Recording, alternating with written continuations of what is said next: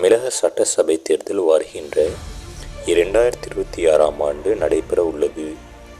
இந்த தேர்தலில் தமிழகத்தில் ஆட்சியை பிடிக்க திமுக, அதிமுக, பாஜகவுக்கு இடையே கடும் போட்டி நிலவும் என அரசியல் வட்டாரத்தில் எதிர்பார்க்கப்பட்டது. இந்நிலையில் நடிகர் விஜய் புதிதாக தொடங்கிய தமிழக வெற்றி கழகம் வருகின்ற தேர்தலில் போட்டியிட உள்ளது. இதனால் தமிழக அரசியல் களத்தில் மேலும் பரபரப்பு ஏற்படும் தெரிகின்றது.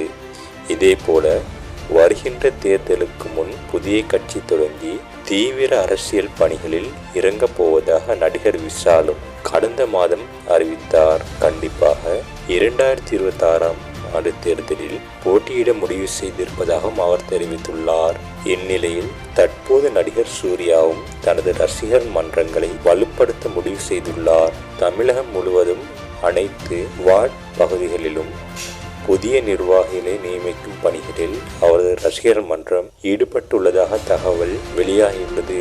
தமிழக அரசியல் களத்தில் நடிகர் சூர்யா குதிக்க முடிவு செய்திருப்பதாக தகவல் கசிந்துள்ளதால் அவரது ரசிகர்கள் மகிழ்ச்சி அடைந்துள்ளனர். எனவே 2026ஆம் ஆண்டு தமிழக அரசியல் களம் நடிகர் நிறைந்த களமாக மாறும் என தெரிய வந்துள்ளது.